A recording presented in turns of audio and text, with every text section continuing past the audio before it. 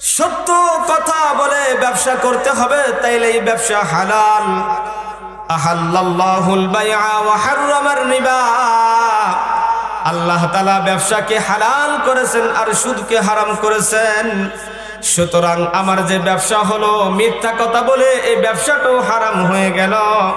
কিতাবের মধ্যে লিখতেছেন ইমাম আবু হানিফা আলাইহিমুর রাহমা এই পাইকারি দরে যত কাপড় তিনি বিক্রি করেছিলেন, পূর্ণ টাকাটা তিনি আল্লাহর রাস্তায় সদকা করে দিলেন।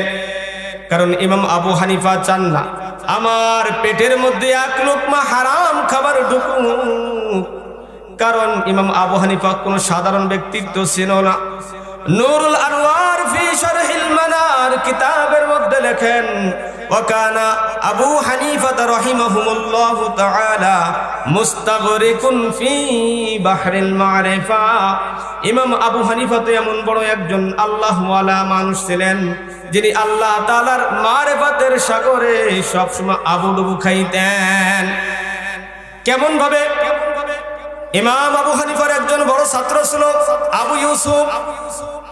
ইমাম আবু ইউসুফ রহমাতুল্লাহি আলাইহি নিজের উস্তাদ ইমাম আবু হানিফাকে মেহমানদারি করার জন্য দাওয়াত দিয়েছেন।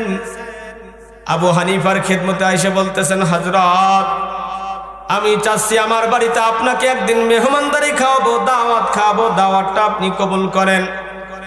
ইমাম আবু হানিফা দাওয়াতটা কবুল করেছেন। আবু ইউসুফ রহমাতুল্লাহি আলাইহি বাড়িতে আইসা ওনার মেয়েকে বলতেছে, বাবা, আমার উস্তাদ ইমাম আবু হানিফা আমাদের বাড়িতে মেহমান হবেন, ভালো ভালো খাবার তার জন্য রান্না করবে, পাক করবে।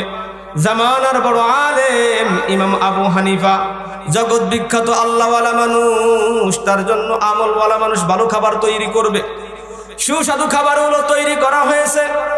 রাতের বেলা ইমাম আবু হানিফা আলাইহিমুর রাহমা যখন আবু ইউসুফের বাড়িতে আসছে, ইমাম আবু হানিফাকে মেহমানদারি করার জন্য দস্তারখানাটা বিছানো হয়েছে। ইমাম আবু হানিফা যখন খাইতে বসছে, অন্যদিন যতটা খাবার তিনি খান তার থেকে আজকে অনেক বেশি খাবার তিনি খেয়ে ফেলছেন। খানা দানা যখন শেষ হয়ে গেছে, ইশার নামাজটা পড়া আল্লাহর ওলি কামরার মধ্যে শুয়ে পড়ছেন। এদিকে ইমাম আবু ইউসুফের মেয়ে চিন্তা করছেন, আমার বাবার বড় হুজুর, বড় আলেম, আল্লাহওয়ালা আলেম, রাতের বেলা তাহাজ্জুদের নামাজটা পড়বেন, তাই এক বদনা এক লোটা পানি ওনার কামরার সামনে আমি রেখে